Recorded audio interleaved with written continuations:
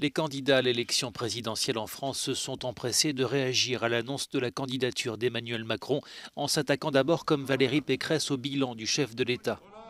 Pour la leader du parti Les Républicains, la politique menée ces 5 dernières années a abîmé la France, évoquant un quinquennat des illusions perdues et estimant qu'Emmanuel Macron doit rendre des comptes.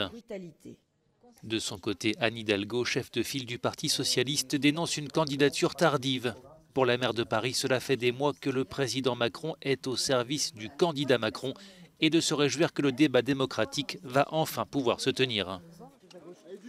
Autre réaction, celle d'Éric Zemmour. Le polémiste d'extrême droite torpille le bilan économique d'Emmanuel Macron à l'Élysée, l'accusant d'avoir, je cite, accéléré le déclassement des Français et laissé le pays dans un état jamais connu de son histoire. Il y aura du talent. Le candidat écologiste Yannick Jadot a lui aussi estimé qu'Emmanuel Macron était en campagne depuis longtemps et le député européen de fustiger la politique environnementale et climatique du président sortant qui a selon lui préféré Total et le nucléaire aux énergies renouvelables.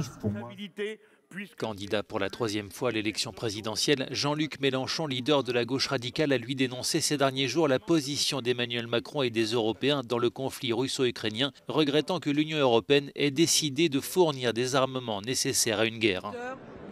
Marine Le Pen ironise, elle, sur le choix d'Emmanuel Macron d'annoncer sa candidature dans la presse régionale. Cela démontre qu'il entend rester en retrait de cette élection, souligne la leader du Rassemblement national qui avait atteint il y a 5 ans le second tour de la présidentielle. Fabien Roussel du Parti communiste espère lui aussi tourner la page Macron pour permettre, dit-il, aux Français de renouer avec les jours heureux, dénonçant les factures qui flambent, des salaires et des retraites qui stagnent. Sa cible, les inégalités sociales. Nicolas Dupont-Aignan, le candidat souverainiste du parti Debout la France, appelle les Français à ne pas se laisser duper par la lettre grandiloquente et creuse d'Emmanuel Macron. Fin de citation. Autre candidat, Jean Lassalle, représentant de la ruralité de la France profonde, chef d'un parti baptisé Résistons, pointe lui une très grande colère en France.